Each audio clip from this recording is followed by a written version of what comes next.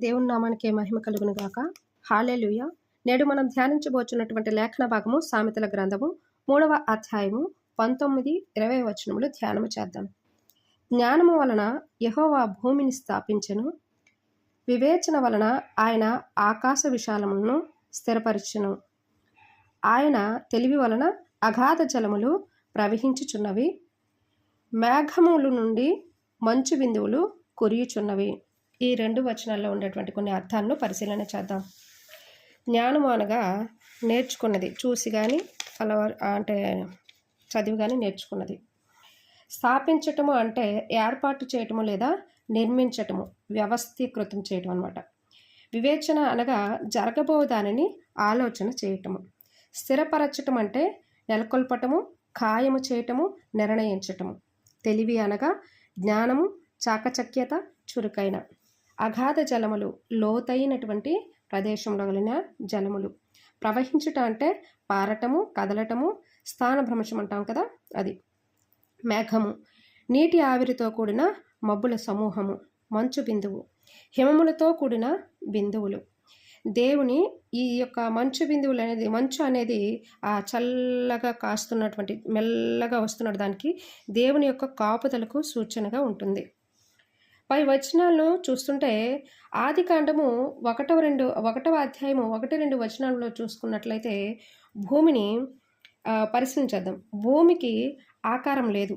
అక్కడ 2 వచనాలు చదువుతుంటే భూమికి ఆకారం లేదని, దాని మీద ఏమీ లేదని, అగాధ జలాలపైన చీకటి ఉందని, ఆ జలములపైన దేవుని యొక్క ఆత్మ అల్లాడుతుందని మనము ఆ వచనాల ద్వారా నేర్చుకున్నాము.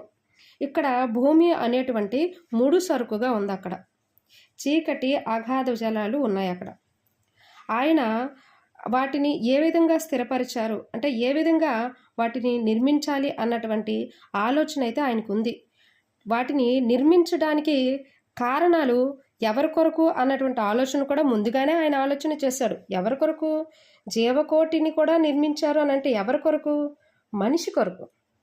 ఆయన పోలికలో, ఆయన స్వరూపంలో నిర్మించుకోవలసినటువంటి ఒక మనిషి ఆయన మైండ్లో ఉన్నారు. కోడి చూడండి, తన రెక్కల క్రిందను ఆ పొదిగేటువంటి ఆ గుడ్లను పెడితే ఆ పొదిగేటువంటి కాల వ్యవధిలో అది అలాగా ఆహారం కూడా తీసుకోకుండా గుడ్ల పైన అలాగే కూర్చుని ఉంటుంది. తన వేడిని ఆ గుడ్లకి ఇచ్చి ఆ గుడ్లలో నుండి జీవాన్ని పోసి పిల్లలను బయటికి తీసుకొచ్చుకునేలాగా చేస్తుంది. అలాగూ దేవుని యొక్క ఆత్మ ఆ యొక్క నిరాకారంగా శూన్యంగా ఉన్నటువంటి ఆ భూమిపైన, అగాధ జలములపైన ఆయన వెలుగై ఉన్నారు కాబట్టి పొదుగుతూ అల్లాడుతున్నారనమాట. అంటే వీటి నుండి జీవాన్ని తీసుకురావాలి, జీవము కొరకు మరి నాలాంటి అంటే నా స్వరూపంలో, నా పోలికలో ఒక మనిషిని ఇక్కడ పెట్టాలి. ఆ మనిషి వీటిని ఏలాలి, దీనికి ఒక అందాన్ని తీసుకురావాలి, దీనికి ఒక ఆకృతిని తీసుకురావాలి అని చెప్పి ఆయన ఆత్మ దేని కొరకు అల్లాడుతుంది?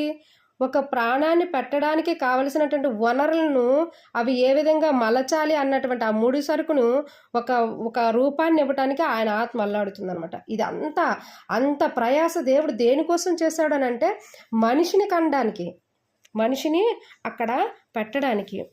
భూమిని ఆయన పునాదులపైన నిర్మించారు, స్థిరపరిచారనమాట. పునాది గట్టిగా ఉండాలంటే మనం ఇప్పుడు ఇల్లు కడుతున్నటువంటి పరిస్థితులను చూస్తుంటే ఎలా ఉంది? దానికి తగిన లోతు ఉండాలి, రాళ్ళు, ఇసుక, సిమెంటు తగినటువంటి పాలల్లో కలిపి ఉండాలి. ఇవన్నీ ఉంటేనే కదా పునాది అనేది ఉంటుంది. ఇసుకలో కడతామా, రాళ్ళపైన కడతామా కదా? అలాగూ పునాదులు భూమి లోపల కొన్ని పొరలుగా వేయబడి ఖనిజాలతోనూ దేవుడు ఏర్పాటు చేసుకున్నాడు. అక్కడ ఒక సంస్థని ఒక మనిషి స్థాపించాలి అంటే ఊరకనే కట్టేస్తాడా బిల్డింగ్?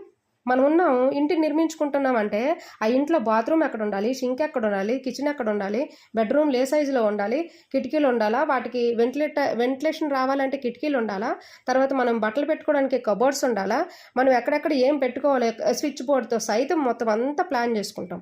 దేనికి? మనము అందులో నివాసం చేయాలంటే మనకి కొన్ని వనరులు కావాలి. కొన్ని అవసరతలు తీర్చుకోగలిగేలాగా, బయటికి వెళ్లకుండా ఇంటిలోనే అన్ని అవసరతలు తీర్చుకునేలాగా స్థాపించుకోగలిగే ప్లానింగ్ ఉండాలన్నమాట. ప్లానింగ్ అనేది చేసుకుంటాం ముందుగానే. అలాగే దేవుడు మనిషి అక్కడ ఉండాలి అంటే, జీవించాలి అంటే, తనకి కావలసిన సమస్తమును స్థాపించాలి అని అంటే ముందుగా ఆయన ప్లాన్ చేసుకున్నాడు. ఫస్ట్ ఆయన మైండ్లోకి వచ్చింది మనిషి, తరువాత ఇవన్నీ వచ్చాయి. మనిషి కొరకు అవి ఏ విధంగా మార్చాలి అన్నటువంటి ఆలోచన అయితే వస్తుంది. ఆ విధంగా ప్లానింగ్ చేసి మరిన్ని ఆయన స్థాపించారనమాట. ఆయా అవసరాల కొరకు స్థాపించారు. ఇంటినే మనం ఈ విధంగా ఇన్ని అవసరతల కొరకు మనం ఉండడానికి చేసుకునేటప్పుడు దేవుడు తన పోలికలు చేసుకున్నటువంటి మనిషి కొరకు ఇంకెంతగా ఆలోచన చేసి ఉంటారో ఇక్కడ అల్లాడుచున్న ఆత్మను బట్టే మనం అర్థం చేసుకోవాలి. ఆయన ముందుగానే ఆలోచన చేసుకుని భూమిని స్థాపించారు. ఎక్కడ ఏది పెట్టాలో ఆయన నిర్ణయం చొప్పున సమస్తమును స్థిరపరిచారు. ఆకాశం ఎక్కడ ఉండాలి, మేఘాలు ఎక్కడ ఉండాలి, చుక్కలు అదే నక్షత్రాలు, సూర్యచంద్రులు, మరి అగాధ జలాలు, పారుచున్నటువంటి జలాలు, పల్లాలు, ఎత్తులు ఇవన్నీ చూసుకొని సమస్తమును ఆయన ఆలోచన చేత మనిషి కొరకు చేశారు. మనం ఇది యొక్క అంటే నీరు ఆవిరిగా మారి మబ్బుల్లోనికి మేఘాల్లోనికి వెళ్ళటము, అది వర్షంగా కురవడం, ఈ యొక్క క్రమం అనేది చిన్నప్పుడు ఎన్ఎస్లో నేర్చుకున్నాం కదా, నేచురల్ సైన్స్లో. అలాగూ దేవుడు ఎంతో జ్ఞానంతో మనిషికి కావాల్సిన ప్రతి అవసరతను సృజించి ఉన్నారు, ఆలోచన చేసి పెట్టి ఉన్నారు. అయితే ఇక్కడ దేవుని జ్ఞానం అనేది అనంతము. ఆయన జ్ఞానానికి మనిషి సరిపోడు, ఎందుకంటే దేవుని మనకు జ్ఞానం వచ్చింది కాబట్టి. మనిషిని తీసుకుందాం, ఒక గృహిణి అనుకుందాం. దేవుడు ప్రతి మనిషికి సామర్థ్యాన్ని ఇచ్చి ఉన్నాడు, అంటే సామర్థ్యాన్ని ఒక కుటుంబాన్ని ఇచ్చి ఉన్నాడు. సామర్థ్యాన్ని బట్టి కుటుంబాన్ని, సామర్థ్యాన్ని బట్టి వారు ఉంటున్నటువంటి నివాసతలను, విశాలతలను ఏర్పాటు చేసి ఉన్నాడు. వారి సామర్థ్యాన్ని కొద్దీ లభించినట్లే అని అర్థం చేసుకోవాలి ప్రతిదీ కూడా. మనుషుల అందరికీ అంటే జీవరాశులు అన్నింటికీ వాటి అవసరతలను బట్టి జ్ఞానం అనేది ఇచ్చి ఉన్నాడు. మనిషి జీవితానికి వస్తే నీకు అనుగ్రహింపబడిన జ్ఞానము, ఆ తలాంతులు ఏవైతే ఉన్నాయో వాటిని గుర్తించి వాటి ద్వారా ప్రజలకు లేదా దేవునికి ఎలాగో ఉపయోగపడతారో ఆలోచన చేయాలి. ఒక స్త్రీని తీసుకుందాం. ఇంటి పని విషయంలో నమ్మకం కలిగి ఉండాలి. ప్రతి విషయంలో ప్రతి పనిని కూడా ఒక పద్ధతి ప్రకారంగా, ప్లాన్ ప్రకారంగా ప్రతిరోజు చేయాలి. నేనైతే ప్రతిరోజు కూడా ఒక క్రమాన్ని నాకుంటుంది. ఆ క్రమంలో ఏ పని ముందు వెనక అయిపోయింది అనుకోండి, ప్రతిరోజు చేసినట్లు కాకుండా ఒకదానికి బదులు ఇంకొకటి చేశాను అనుకోండి, ఆ రోజంతా ఇంకా పని తేలదు. అదే కానీ నేను ప్రతిరోజు చేస్తున్నటువంటి క్రమంలో నేను పని చేసుకున్నాను అనుకోండి ఇంట్లోనూ, ఆ యొక్క క్రమంలో చేసుకున్నటువంటి పని చాలా ఈజీగా అయిపోతుంది. ఒక 2 అవర్స్లో నా పని అంతా కంప్లీట్ అయిపోతుంది. మరి మిగతా సమయం అంతా దేవుని కొరకు వాడుకోవాలి కదా. ఇంటికి సంబంధించిన పని అయిపోయింది, ఇప్పుడు దేవుని కొరకు సమయం నాకు మిగిలింది. అదే మనకి ప్లానింగ్ లేకుండా, పద్ధతి లేకుండా, సామర్థ్యం లేకుండా ఏ పైన మొదలు పెట్టామో అంటే ఆ రోజంతా పని. కొందరు ఇంట్లో ఏం చేస్తారో తెలియదు, పట్టుకుంది అక్కడ వదిలేస్తారు, మళ్ళీ ఇంకోటి పట్టుకుంటారు. ఏంటో ఆ చిందరవందరంగా ఉంటుంది. ఆ చిందరవందర అనేది చాలా జుగుత్సాకరంగా ఉంటుందన్నమాట. అలా కాకుండా ఒక ప్లానింగ్ అనేది అవసరం ప్రతి ఒక్కరికి కూడా. జ్ఞానయుక్తంగా చేయాలి. బలము కంటే బుద్ధి బలము గొప్పది, అది గుర్తుపెట్టుకోవాలి. బలాన్ని ఉపయోగించి ఏదో చేసేదాం అనుకుంటారేమో, కాదు. బుద్ధి బలం అనేది చాలా గొప్పది. బుద్ధి బలంతో చేసినటువంటి పనులు ఈజీగా, సామర్థ్యంతో, జ్ఞానముతో, ఆలోచన విధానాలతో, వివేచనతో చేస్తారనమాట. అయితే నీలో ఉన్న సామర్థ్యాలను నువ్వు గుర్తించాలి. నీవు ఏ పని అయితే ఈజీగా చేయగలవు, చురుకుగా చేయగలవు, అలాగే దానివలన ఎదుటివారికి మేలు, ఆనందము కలుగుతుందా, దానిని చేయటం వలన దేవుని నామానికి మహిమ, నీకు ఆనందం కలుగుతుందా, ఇవి గుర్తించాలి. ఇవి గుర్తించి నీవు చేయగలిగేటువంటి స్థితిలో నీవు చేయగలిగితే ఆ పనికి దేవుడు నీకు ఇచ్చిన సామర్థ్యం అని నువ్వు గుర్తెరుగుతావు. పనికిరాని దాన్ని అని నిందించుకోవడం చాలు. మేలుకో మిత్రమా, సమయం దగ్గర పడింది. ఎన్నో యుద్ధ సమాచారాలు వింటున్నాము, మరి ప్రకృతి వైపరీత్యాలను వింటున్నాము. మనిషి చూస్తున్న వారు మరుసటి క్షణంలో కూడా కనుమరుగైపోతున్నారు. ఇలాంటి పరిస్థితులు మన ముందున్నాయి.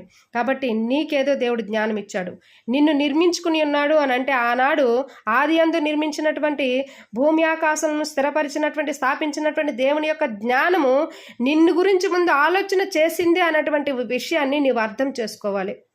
మనిషిని గురించి ముందు దేవుడు ఆలోచన చేశాడు, అందుకే వాటిని స్థిరపరిచాడు. మనిషి కొరకు స్థిరపరిచాడు. నిన్ను అక్కడ స్థిరపరిచి నిలవబెట్టాడంటే నీ ద్వారా ఆయన ఏదో చేయాలనుకుంటున్నాడు, అది గుర్తించు. నీలో సామర్థ్యం పెట్టి ఉన్నాడు, నీలో తెలివి పెట్టి ఉన్నాడు, నీలో బలం పెట్టి ఉన్నాడు, దానిని గుర్తించు. దానిని బట్టి దేవుని నామానికి మహిమకరంగా మారు. అలాగ మనము దేవుని వైపు నడిపించబడదాము. ఇలాంటి గుర్తెరగని పరిస్థితులు ఎంతమంది ఉన్నామో వారందరము కూడా దేవుని చిత్తాన్ని గుర్తెరుగులాగా దేవుని పనులను ఏర్పాటు చేయబడేవారు అందరూ కూడా దేవుని కొరకు నిర్ణయించబడేలాగా ప్రార్థన చేద్దాం.